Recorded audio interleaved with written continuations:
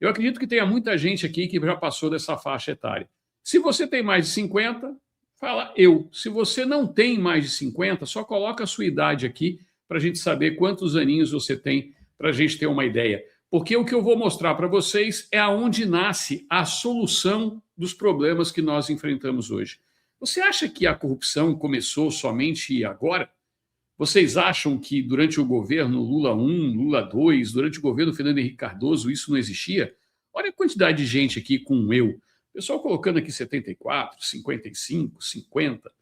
Quem tem abaixo de 50 anos, coloca a sua idade. E olha só a quantidade de pessoas falando eu. O que eu vou mostrar agora para vocês vai mostrar o nosso caminho na realidade. Deixa eu compartilhar a tela aqui, que eu separei as matérias. E essa daqui é a primeira que eu quero mostrar para vocês. Veja bem, graças a vocês acima dos 50 anos de idade, somos capazes hoje de salvar o nosso país. Sabe como? Presta atenção onde tudo começou, aonde começou a nossa salvação. A Embratel está recadastrando apenas 1.000 usuários para ter acesso à internet, mas a partir de março do ano que vem, a rede se abre para todos os candidatos. Para entrar na internet, é preciso ter um microcomputador 486, um modem para ligar na linha telefônica e um software especial. A Embratel promete que o preço das ligações vai seguir os níveis internacionais de tarifas. O mercado de informática está empolgado. O crescimento dentro da área comercial da internet vai se criar uma bola de neve. A partir do momento que 10, 20 empresas já tiverem se ligado à internet, as vantagens apresentadas vão ser tantas que todas as outras vão começar a se interessar por isso. Através da internet, não só você pode chegar a qualquer parte do mundo, como alguém em qualquer parte do mundo pode chegar até você. Como, por exemplo, esta norte-americana que acessou a internet para saber aonde fica a cidade de Pindamondanganda, no interior de São Paulo. A primeira coisa a fazer vai ser ensinar a ela que o nome certo da cidade é Pindamonhangaba. E é justamente aí que nasce o terror da classe política. Eles jamais poderiam imaginar que naquela ocasião, isso era 1996, e para muita gente isso é muito distante, mas para muitos de nós isso está vivo na memória. Faz 30 anos que surgiu a internet no Brasil. 30 anos. Agora, por que eu trouxe isso? Eu trouxe isso porque eu percebo que hoje, dentro do Jacarezinga, é grande a quantidade de pessoas acima dos 50 anos de idade. E muitos de vocês não têm noção da força que vocês formam juntos.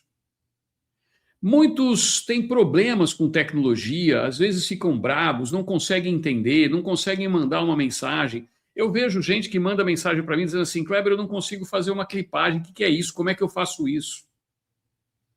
Aos pouquinhos, as pessoas vão aprendendo.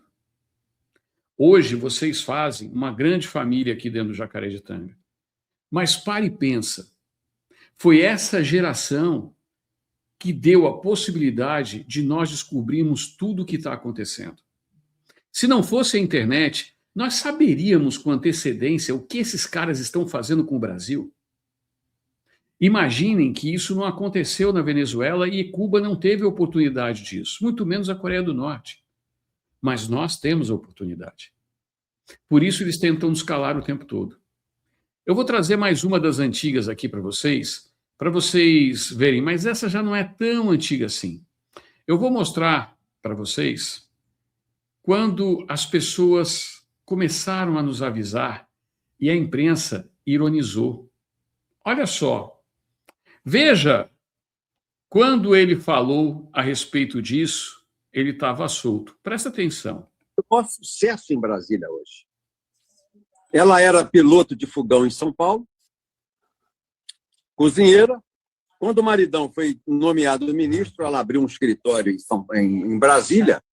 E o curioso do escritório é que ele, na folha de mídia da internet que ele se apresenta, ele não diz que é especialista em direito constitucional, eleitoral, civil, criminal. Não, ele diz especialista em tribunais superiores. Ela coloca claro ali que a especialidade é lobby. E não há quem entre no escritório dela. Quanto é? 2 milhões. É 1 milhão na entrada e 1 milhão no sucesso. E ela ganha todos. É hoje o escritório mais rico de Brasília. E a dona Vivi, ela é imperial. Ela foi parada para ser revistada pelo pessoal do aeroporto, aquela segurança, listeira eletrônica, que a gente tira sapato, tira cinto. Eu que emagreci, eu tenho que segurar a calça, que eu corro o risco de ficar sem calça. Eu tenho que falar, não pode segurar a calça. Eu digo, meu irmão, se eu não segurar a calça cai. Você decide, ou eu passo de cueca, ou eu passo segurando aqui no passador do centro. Então, ela não se submeteu. Sabe com quem está falando? Eu sou dona Vivi, esposa do Xandão. E teve que ligar para a federal ligar para o Xandão, e o Xandão dá ordem, deu ordem no aeroporto para não passar dona Vivi na esteira eletrônica e não revistar a dona Vivi. Então, dona Vivi é uma advogada que era piloto de fogão em São Paulo e que está milionária, o escritório hoje de maior lucro de Brasília. Depois é a do Toffoli, da mulher do Toffoli. O primeiro mais rico é a mulher do Xandão.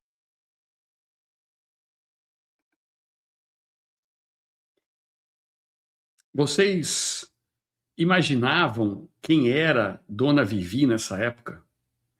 A gente conseguia imaginar quem era Dona Vivi? Eu recebi uma mensagem aqui agora. Muito obrigado, viu, Mica?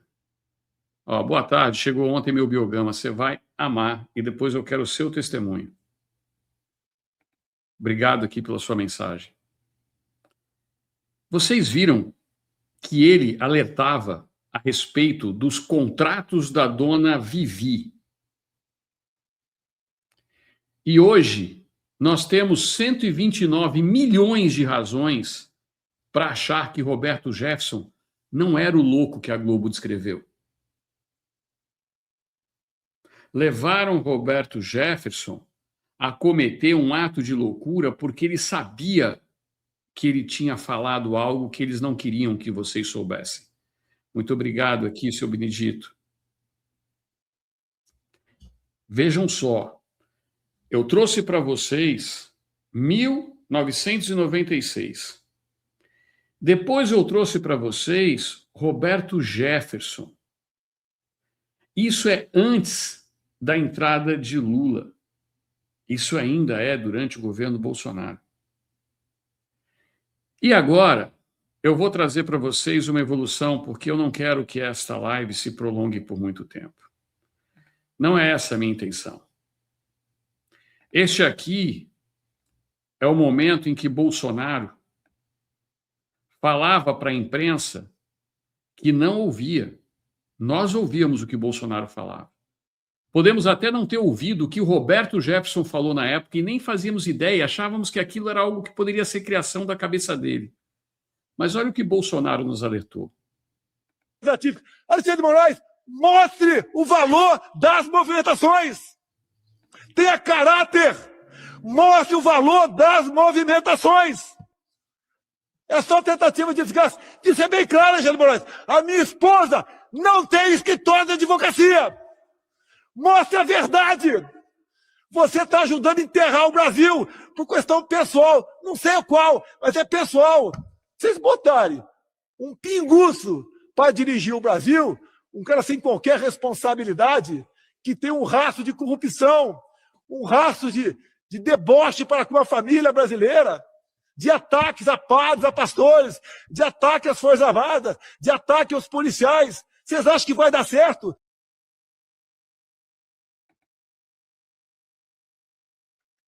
Ele também foi ridicularizado pela imprensa. A imprensa riu dele. Os mesmos estúdios que riram dele, desse homem que tomou uma facada para abrir os nossos olhos, os mesmos estúdios hoje reclamam, mas antes eles não reclamavam, não. Você quer ver como é que era a reação desse mesmo estúdio que agora está reclamando? Eu vou mostrar para vocês. Olha só como é que eles riam da nossa cara. Ai, o ministro me mandou essa figurinha. Eu estou adorando esse negócio de figurinhas. A situação está sob controle, só não sabemos de quem.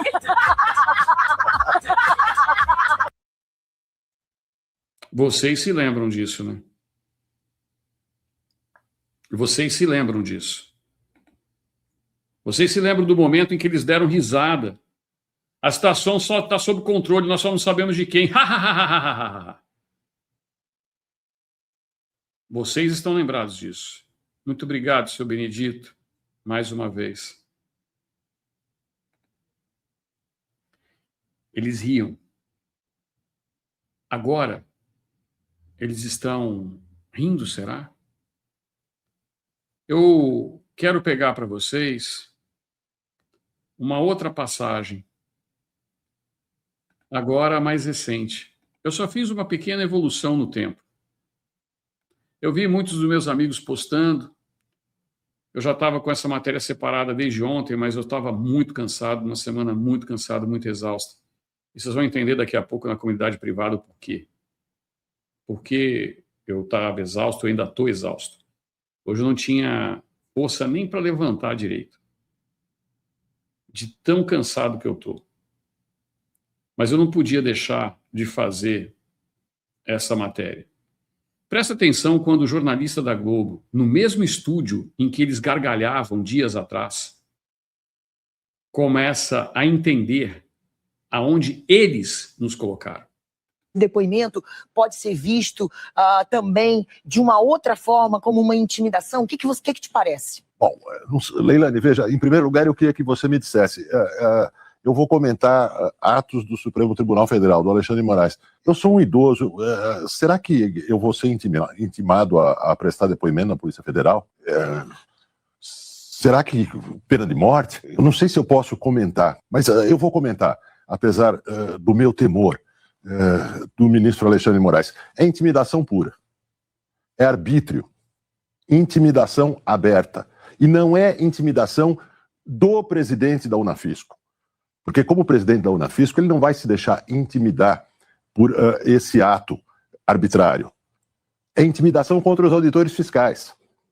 A ideia é passar a mensagem de nem pensem em se interessar por movimentações financeiras incomuns de altas autoridades, principalmente se forem ministros do Supremo. Eles são intocáveis. Isso vai dar um problemão para você, se você quiser entender movimentações incomuns dos ministros do Supremo. Esse ato de arbítrio, veja, não é o primeiro ato de arbítrio no quadro do inquérito das fake news, o inquérito infinito, que já virou uma instituição no Brasil. O Brasil já tem 4 poderes, né? O legislativo, o executivo, o judiciário e o inquérito das fake news. É o 4º poder que se coloca acima dos outros. Então, esse inquérito está eivado de arbítrios, lá desde o início. Ele começou com uma censura de uma revista. Né? Mas no quadro desses arbítrios, esse ato, que é tornar investigado uma pessoa, um dirigente sindical, por avaliações, análises e opiniões, é simplesmente isso. Ele é culpado por ter opiniões críticas em relação à operação que Alexandre de Moraes adotou, que pode ser muito criticada. Aliás, as críticas dele são bem razoáveis. É só por isso que ele se tornou investigado. Isso é coisa de ditadura. Por que Alexandre de Moraes dá esse passo a mais? Ele tem uma alma autoritária, ele não gosta que tenham opiniões diferentes das dele. Várias vezes ele flertou com a censura, mas esse é um passo novo, um passo a mais. Por que esse passo a mais? Porque se trata de preservar um segredo no qual o Supremo está todo engajado na preservação, que é o segredo das relações entre 2 ministros, Toffoli e o próprio Alexandre de Moraes, familiares dos ministros e os próprios ministros, das relações, da natureza exata das relações desses ministros com o Banco Master. Então, esse segredo cria esse ato, que já é um ato de desespero. Cara, antes de eu comentar, muito obrigado aqui, viu, seu Reginaldo. Kleber, tudo começa à tona com PC Farias. Não, seu Reginaldo, PC Farias eram outros tempos. Ali nós não tínhamos internet. Ali era ficha. Era jardim da infância. Eu quero saber de vocês, eu fiz essa evolução de tempo. Obrigado, seu Paulo, aqui pela cobrança dos likes. E o like de vocês é muito importante, pessoal. É graças ao like de vocês que a gente consegue fazer com que o algoritmo entenda. E eu mostrei para vocês e comecei mostrando a solução. E hoje, no tempo que eu estava descansando, eu pensei, eu não posso deixar de fazer essa live com outro foco. Vocês ouviram, porque muita gente chegou agora, vocês ouviram o jornalista da Globo falando com todas as letras que o ato do Alexandre de Moraes é um ato de ditadura e quem comete um ato de ditadura é um ditador? Eu vivi para ver a Globo reconhecendo aquilo que a gente está falando há quantos anos? E nós não falamos depois da entrada do Lula, não, em 2022. Nós começamos a alertar isso em 2019. Em 2020, eles tentaram tirar o Bolsonaro à força, a qualquer custo. O sistema estava desesperado. Vocês estão vendo a Rede Globo reconhecendo que o Brasil vive uma ditadura. E é como o Reginaldo falou aqui, nós vamos vencer. Mas eu tinha que começar essa live mostrando para vocês a solução. E muitos do que estão aqui não perceberam que a solução está na nossa cara. Eu vou colocar novamente aqui para aqueles que chegaram agora. Mas nós temos agora pouco mais de 1.800 likes e temos 3.200 pessoas on time. Eu vou mostrar ainda nessa live a solução. Eu comecei por ela, mas eu vou colocar uma outra evolução que vocês nem perceberam. Nem perceberam ainda. Eu vou colocar novamente, adicionar o palco, para quem chegou agora. Nós estamos com 3.300 pessoas on time e o like de vocês é muito importante. Vocês vão ver o momento em que o jornalista da Globo, no mesmo palco em que eles deram risada, com os ministros alimentando, no mesmo local, eles agora sendo obrigados a reconhecer que foram eles, na realidade, que deram margem a isso, porque caberia a eles informar vocês, não a nós. Nós, imprensa independente, eu como jornalista internacional, eu como advogado, eu faço um trabalho aqui, mas eu não sou concessionária de serviço público. Ontem, só no dia de ontem, nós atingimos 250 mil visualizações. Exatamente isso que vocês estão ouvindo. Só no dia de ontem, isso porque eu não tive forças para fazer a última live do dia. Não tive força para fazer à noite, porque eu estava cansado. Mas ontem nós atingimos 250 mil visualizações só no Jacareditanga e mais 36 mil visualizações no Crocodilo Reais. Só ontem nós atingimos quase 300 mil pessoas. E eu quero agora que vocês prestem atenção, vocês que chegaram aqui agora. Vocês só chegaram aqui graças ao like de quem já estava aqui. Por isso o joinha de vocês é muito importante. Mas além do joinha de vocês, eu quero que vocês digitem agora. Se vocês acreditam que a gente tem capacidade de mudar, antes de eu mostrar para vocês aonde está a solução, digita F22 aqui. É importante que todos vocês que estejam agora aqui nessa live digitem F22. E esse é um símbolo daquilo que a gente vai fazer. É um F22 Hornet, mas daqueles violentos. É o Flávio Bolsonaro que está vindo para fazer as vezes do seu pai, que nos alertou. Presta atenção, eu vou colocar novamente, mas eu vou mostrar cada detalhe desta fala de Demetrio Magnoli. Presta atenção. Faz a gente pensar que será que esse depoimento pode ser visto também de uma outra forma, como uma intimidação? O que te parece? Bom, Leilane, veja, em primeiro lugar eu queria que você me dissesse, eu vou comentar atos do Supremo Tribunal Federal, do Alexandre de Moraes. Eu sou um idoso, será que eu vou ser intimado a prestar depoimento na Polícia Federal? Será que pena de morte? Eu não sei se eu posso comentar, mas eu vou comentar, apesar do meu temor do ministro Alexandre de Moraes. É intimidação pura. É arbítrio. Intimidação aberta. E não é intimidação do presidente da Unafisco. Porque como presidente da Unafisco, ele não vai se deixar intimidar por esse ato. Vamos aqui à primeira parte da minha interrupção. Quem me acompanha e viu as minhas lives, eu falei para vocês que o Alexandre de Moraes tinha tocado num lugar que ele não poderia tocar. Eu falei para vocês que eu conheço o Kleber Cabral, e não é pela pessoa dele, não. Eu conheço da unidade dos auditores fiscais da Receita Federal e dos analistas da Receita Federal. São sindicatos diferentes, mas eles que sempre ali meio que tiveram um atrito entre o Sindifisco dos analistas e o Unafisco dos auditores, se uniram. Estão todos unidos, assim como os sindicatos dos servidores públicos.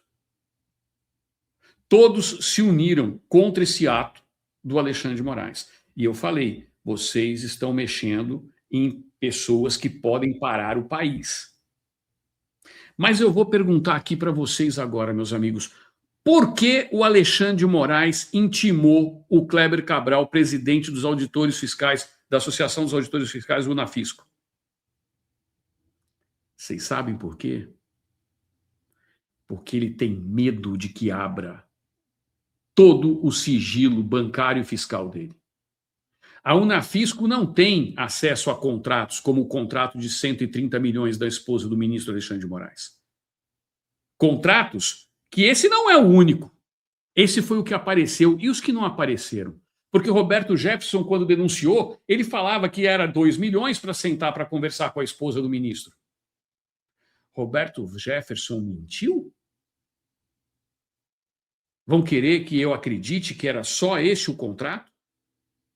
Por isso Alexandre de Moraes está tão apavorado e tentando intimidar a classe dos auditores fiscais, porque qualquer auditor fiscal que tentar investigar ele ou qualquer outro ministro, com certeza vai encontrar aquilo que eles temem. Essa é a intimidação. Só que ele tocou em algo que ele não poderia tocar. Porque cabe à Receita Federal fazer a fiscalização das movimentações financeiras. Cabe ao COAF fazer a observação dessa movimentação. E o ministro Alexandre de Moraes tocou no vespeiro. Eu vou mostrar aqui para vocês o momento em que o jornalista da Globo quase que pede uma ajuda, um auxílio. Presta atenção. Arbitrário. É intimidação contra os auditores fiscais. A ideia é passar a mensagem de nem pensem em se interessar por movimentações financeiras incomuns de altas autoridades, principalmente se forem ministros do Supremo. Eles são intocáveis. Isso vai dar um problemão para você, se você quiser entender movimentações incomuns dos ministros do Supremo. Está aí o que eu falei. As movimentações incomuns dos ministros do Supremo. Por quê? O Demétrio Magnoli também está intimidado. O que ele quis dizer com movimentações incomuns, ele quis dizer com movimentações financeiras atípicas, incompatíveis com os rendimentos de ministros do Supremo Tribunal Federal e de seus familiares. Eu volto a repetir, veio à tona um contrato de 130 milhões. E os demais? Vamos continuar. Vocês estão vendo que hoje está ficando bom. Esse ato de arbítrio, veja, não é o primeiro ato de arbítrio no quadro do inquérito das fake news, o inquérito infinito, que já virou uma instituição no Brasil. O Brasil já tem 4 poderes, né? O legislativo, o executivo, o judiciário e o inquérito das fake news. É o 4º poder que se coloca acima dos outros. Então, esse inquérito está eivado de arbítrios, lá desde o início. Ele começou com uma censura de uma revista. Né? Mas no quadro desses arbítrios, esse ato, que é tornar investigado uma pessoa, um dirigente sindical, por avaliações, análises e opiniões, é simplesmente isso. Ele é culpado por ter opiniões críticas em relação à operação que Alexandre de Moraes adotou, que pode ser muito criticada. Aliás, as críticas dele são bem razoáveis. É só por isso que ele se tornou investigado. Isso é coisa de ditadura.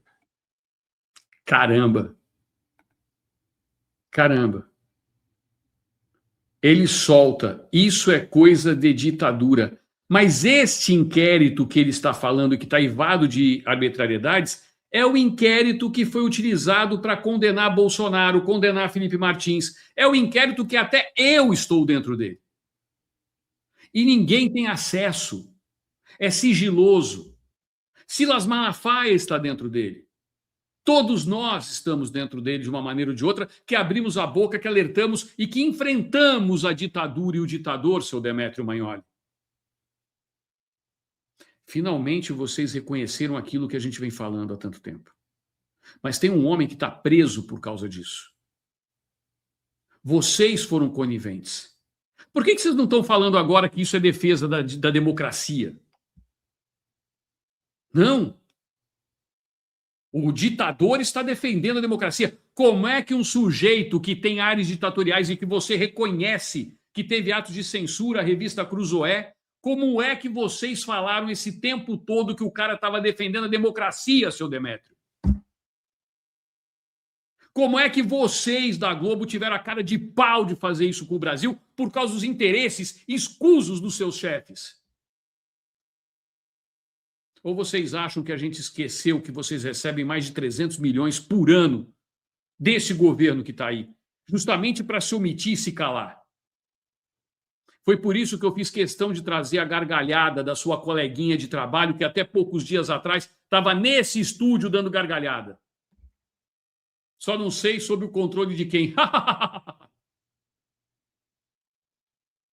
Agora vocês estão pedindo socorro, porque quando você chega e fala que é uma ditadura, que você não sabe se você pode falar, é porque você está pedindo socorro para essas pessoas que estão aqui agora assistindo. Para essas pessoas. Porque é o povo brasileiro que pode socorrer o bando de canalha que vocês são. Vocês criaram essa situação. Porque quando era para vocês defenderem a verdadeira democracia, que era o Estado Democrático de Direito, a Constituição, Roberto Jefferson foi colocado na cadeia, Bolsonaro foi colocado na cadeia, muitos de nós estamos exilados fora do Brasil para que a gente tivesse a oportunidade de chegar nesse dia para você pedir socorro. Que é o que você está querendo fazer, mas você não é homem nem tem coragem suficiente para falar isso ao vivo. Vamos ao momento em que ele conclui. Por que Alexandre de Moraes dá esse passo a mais? Ele tem uma alma autoritária, ele não gosta que tenham opiniões diferentes das dele. Várias vezes ele flertou com a censura, mas esse é um passo novo, um passo a mais. Por que esse passo a mais? Porque se trata de preservar um segredo no qual o Supremo está todo engajado na preservação, que é o segredo das relações entre dois ministros, Toffoli e o próprio Alexandre de Moraes, familiares dos ministros e os próprios ministros, das relações, da natureza exata das relações desses ministros com o Banco Master. Então, esse segredo cria esse ato, que já é um ato de desespero. É difícil, mas a gente não pode cair no mesmo erro deles. É difícil. Mas somos nós que temos que salvar o país. E por incrível que pareça, a salvação do país está com vocês, que têm mais de 50 anos de idade. Eu vou mostrar quando que vocês se tornaram um perigo para o sistema. A gente foi condenado durante muito tempo por ser radical, porque uma das características do Bolsonaro em 2018 foi fazer a arminha. E nós éramos sanguinários, destilávamos ódio porque ele fazia a arminha. A solução está não na arminha, mas no seu dedo indicador. Eu vou pegar aqui e resgatar para vocês, já que nós estamos na sessão Remember, eu vou trazer para vocês por que a solução está em vocês e quando isso começou e por que essa geração é tão importante. Presta atenção nisso aqui.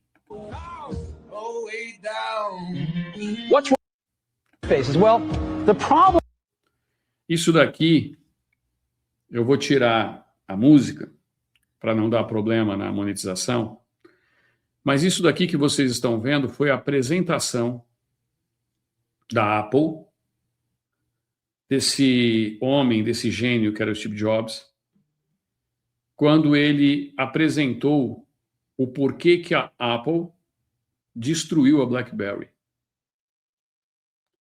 Eu vou deixar somente aqui as indicações para vocês, deixa eu aumentar para vocês verem, para quem está assistindo no celular, os letters. E nesta apresentação, ele mostra o quanto o mundo evoluiu. E nós saímos nesse exato momento do analógico para o digital. E para quem não sabe que momento foi esse, isso daqui foi em 2009. Parece que foi ontem, né? Mas foi nesse momento que ele apresentou pela primeira vez que as coisas poderiam ser feitas na tela de um celular. E ele tirava a parte de baixo, onde tinha cheio de teclado, e deixava a tela com essa apresentação aqui. Até então não existia sistema Android. Carregar o mouse, então o que nós vamos fazer? Usar uma caneta, que era o que tinha o BlackBerry? Ele falou, não. Quem quer uma stylus, uma caneta? Nós vamos pegar e guardar. Ninguém quer uma estilo. Então nós vamos utilizar o que nós temos de melhor, o melhor dispositivo, o melhor apontador, do qual todos nós temos, todos nós nascemos e temos 10 deles, os nossos dedos. Veja só, gente. Eu quero que vocês entendam. Nós estamos aqui diante de uma situação em que são vocês que vão mudar essa história. Porque muitos de vocês já estão aposentados. Muitos de vocês têm tempo livre hoje. Muitos de vocês podem fazer a diferença digitando F22 aqui. Muitos de vocês podem fazer a diferença compartilhando os conteúdos da direita, mostrando a verdade, mostrando quando tudo começou, mostrando a corrupção que tomou conta do Supremo Tribunal Federal, aquilo que o Demetrio Magnoli não teve coragem para falar. E eu entendo a falta de coragem dele. Eu entendo. Quando eu estava falando aqui, o Kleber Cabral estava dizendo que ele tem mais medo de investigar um ministro do Supremo do que o PCC, alguém entrou e falou, ele é um cagão. E eu defendi, falei, cagão? Você está sabendo o que ele acabou de fazer? Você está sabendo o que ele acabou de enfrentar? Não deu outra. O cara foi intimado e está respondendo como investigado. E agora a Globo resolveu gritar. Recebi aqui um superchat. Kleber, desculpe a pergunta fora da pauta, mas você viu um post do Geyer falando sobre que o Toffoli, quando saiu da relatoria, antes retirou 2 itens das investigações para ele? Se puder, por favor, comente. Não adianta nada ele tirar, porque os índices agora, todas as investigações da Polícia Federal voltam à tona. Ele tentou se blindar e muito em breve vocês vão ver o Toffoli na condição de investigado. E o que eu estou dizendo que a solução está em vocês, porque é algo que ninguém percebeu ainda. O Toffoli e o Alexandre de Moraes fazem parte de uma mesma turma. A turma como um todo está apavorada. O medo que o Demetrio Magnoli acabou de citar, ele não é somente do Toffoli, ele não é somente do Moraes. Ele é de todos aqueles que estão lá. Eu falei para vocês que eu vou fazer só mais uma live, mas não vai dar não, vou ter que fazer 2. E eu vou explicar por quê. Eu vou provar para vocês que há um ano, há exatamente um ano, hoje, faz exatamente um ano que eu pousei nos Estados Unidos. Um ano, eu cheguei para o CPEC. 2 dias antes de eu sair, eu fiz uma publicação mostrando o envolvimento de uma financeira com um escândalo dos aposentados, dos empréstimos consignados. Há exatamente um ano eu pousei aqui. Eu não sabia onde eu estava mexendo até então. Eu não sabia do que aquilo ia trazer. E pasmem, Pasme, essa semana, o DCM, Diário do Cu do Mundo, de esquerdista, blog esquerdista que recebe dinheiro do governo, publica exatamente o que eu publiquei em novembro, que foi a segunda etapa daquela reportagem que eu tinha feito em fevereiro. Mas não fica aí. Eu tenho uma novidade para vocês. E eu quero que vocês prestem muita atenção nisso que eu vou falar, porque eu vou comentar com o pessoal na comunidade privada já já. Nós vamos trazer a público para vocês, ainda na noite de hoje, uma bomba. O pessoal da comunidade privada vai saber primeiro, porque eu vou poder ser mais extenso nos meus comentários lá. Que, como vocês viram o próprio jornalista da Globo admitindo, nós vivemos uma ditadura.